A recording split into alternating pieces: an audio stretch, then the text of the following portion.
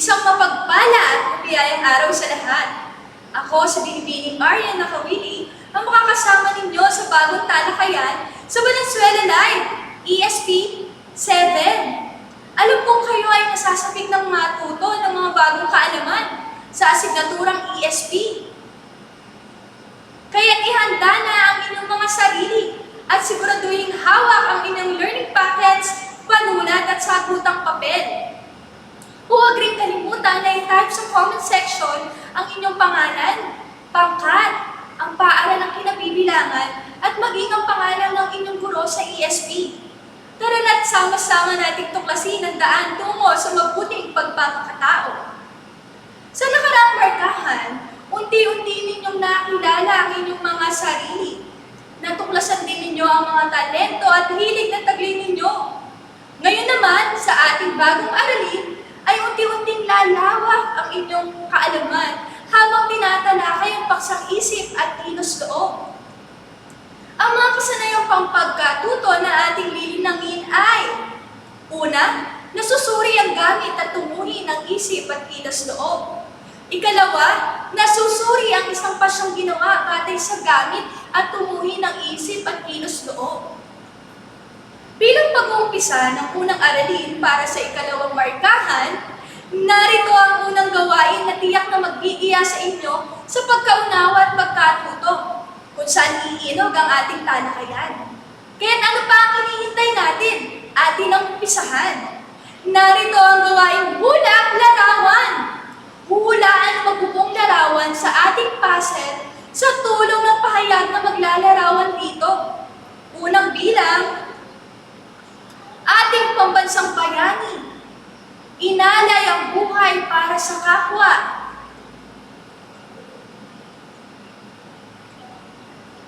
Ang sagot ay Tumpa, Jose Rizal. Sa ihip ng hangin sumasabay man din. Sa taas, laki at tibay waring ating hahangarin. Ang sagot ay magaling, kawayan. Ang kabutihan at kabayanihan mo'y tumatak. Lungsod ng Valenzuela ay tunay ngang nagpapasalamat.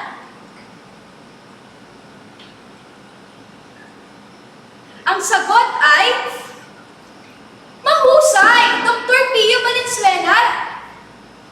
Kasama ni Ama sa kabukiran, katuwang sa maghapon na gawaan. Ang sagot ay mahusay, Kalabaw. Manspes kuntura ng lahat, katuwaan sa bahay, yan si Bantay. Ang sagot ay Tumpak, Aso. Mabuti at mabango kanyang katangian, sa mata'y tunay na magandang tignan. Ang sagot ay kalugod-lugod, Sampaguita. Isa-isahin natin ang mga babuong larawan. Jose Rizal, Kawayan, Pio Valenzuela, Kalabaw, Aso, at Sampaguita. Ngayon, alamin natin alin sa mga ito magkakagrupo. Narito tayo sa gawaing isip-isip, silip. Silipin at sipatin natin muli. Isip-isip, alin ang magkagrupo? Tama! Dr. Jose Rizal at Dr. Pio Valenzuela. Saan sila napapabilang? Tumpa, sila ay napapabilang sa grupo ng mga tao. Isip-isip, alin ang magkakagrupo? Tama! Kalabaw at aso. Saan ito napapabilang? Tumpa, ang mga ito ay napapabilang sa grupo ng mga hayop. Isip-isip, alin ang magkakagrupo? Tama! Kawayan at Sampaguita. Saan ito napapabilang? Tumpa, ang mga ito ay napapabilang sa grupo ng mga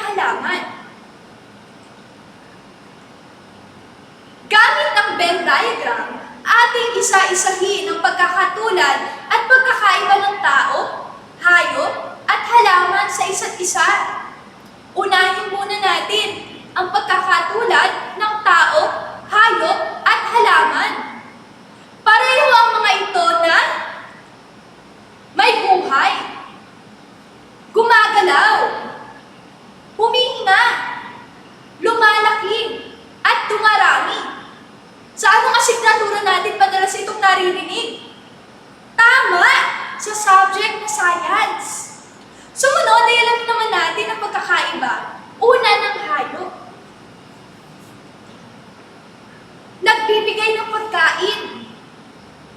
Nagiging transportasyon katulad ng kabayo. Nakakatuwang ng tao sa gawain. Halimbawa, kalabaw. Isama pa natin, ito ay nagbibigay ng kasiyahan sa tao. Katulad ng alagang aso at pusa. Sumunod ay alamin naman natin ang pagkakaiba ng halaman.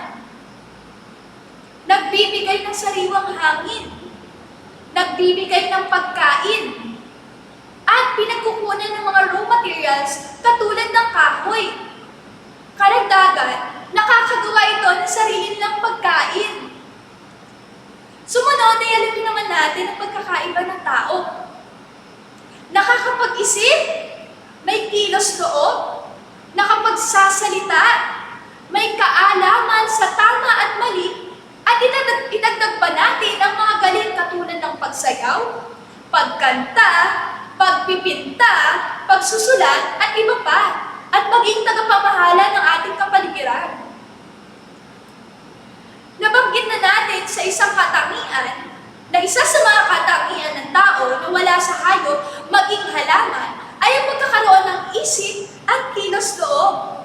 Bago natin isa-isahin ang mga ideya at kaisipan hinggil sa isip at kilos loob, ay bigyan natin ang gawain Biyahe ni Val, may aral.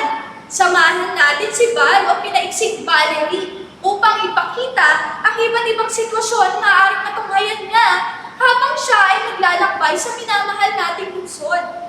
Batid naman natin na ang lungsod ng Valenzuela ay tunay na may disiplina, kaya hindi natin hahayaan na ito ay talikdan o kalimutan. Bilang isang nagdadalaga o nagbibinata, ano kaya ang iisipin at gagawin sa mga sitwasyong ito?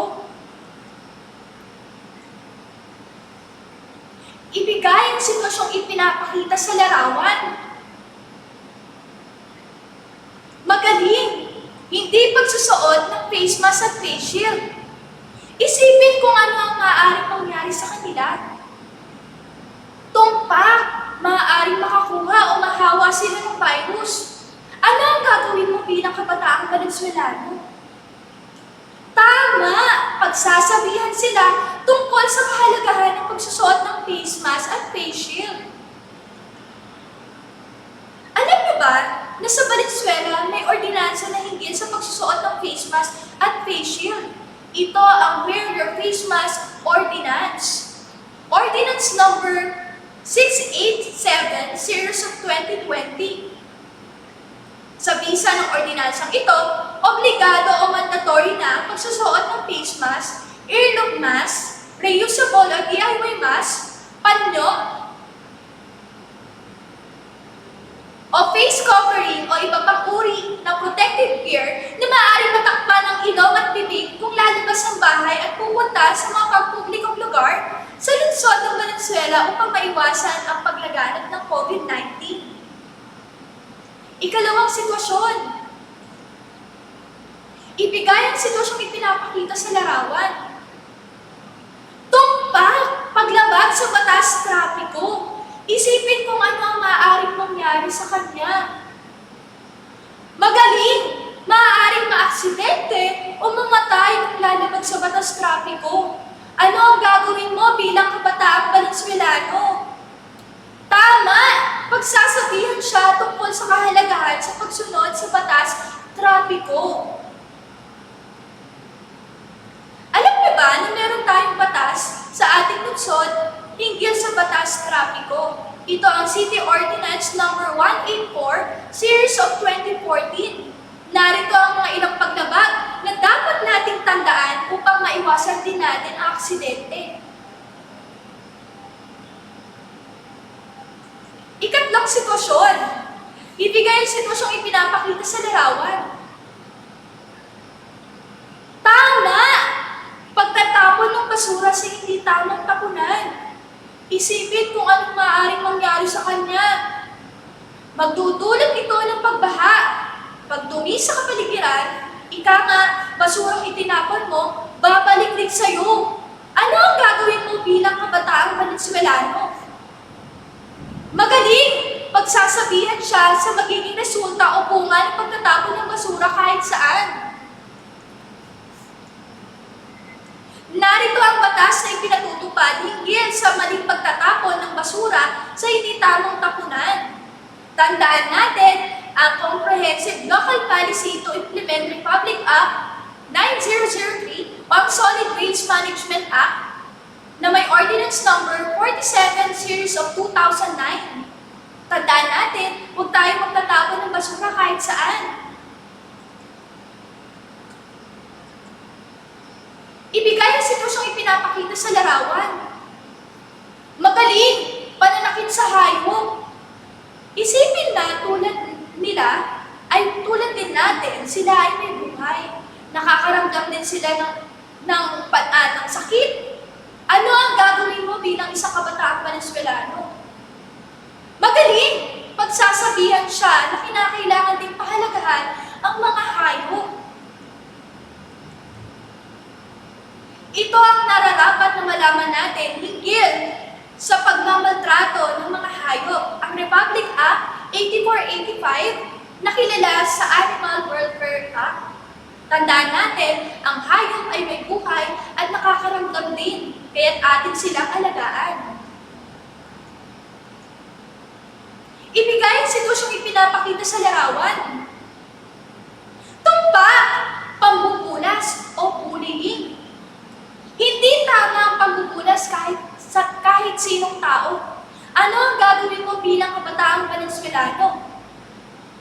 Magaling! Pipigilin ang pagbubulas na ginagawa ng mga ito.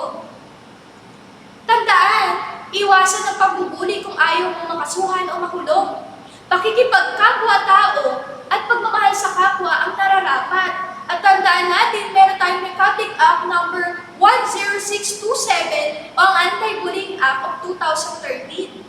Nakasaad sa batas ang pagbabawal sa anumang uri ng pambubuli sa loob ng paaralan, sa mga school-related functions at maging sa pamamagitan ng teknolohiya.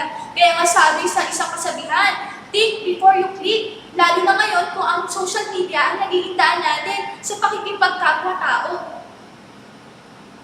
Magaling! Natutuwa ako sa inyong partisipasyon at pakikibahagi sa ating naging gawain. Tandaan natin, ang tao ay may isip at kilos loob. Ang tao ay likha ayon sa wangis ng Diyos, kaya't siya ay tinawag na obra maestra. Isipin niyo yun? Ang pagkakalikha ayon sa wangis ng Diyos ay nangangahulugan na ang tao ay may katangian tulad ng katangiang taglay niya. Ang kakayahang mag-isip, pumili at gusto. Ang tao rin ay nilalang na may likas na kaalaman tungkol sa mabuti at masama. Paano nga ba naiiba ang tao sa ibang nilikha? Ang bawat individual ay biniyayaan ng iba't ibang kakayahan na nagpapakadakila sa kanya. Ang mga katangiang ito ang nagpapatingkad sa kanya. Ang katangiang taglay lamang ng tao na nagpagbubukod tangi sa kanya sa iba pang nilikha ay ang pagkakaroon ng isip at kilos loob. Ano nga ba ang isip na tinutukoy natin? Ang tao lamang ay may kakayahang mag-isip, magdilay-nilay, at magsuri ng mga bagay-bagay kaya't nalalaman niya ang tama at mali. Kapangyarihan din ng ating isip ang humusga, sumuri, mag-ala-ala at umunawa ng kahulugan ng mga bagay. Pero tandaan, hindi perpekto ang isip ng tao. At dahil dito, nakakaramdam tayo ng kakulangan.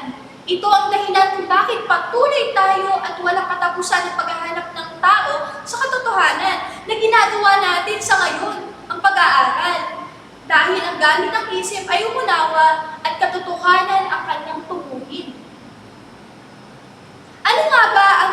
siguraduhin natin katotohanan.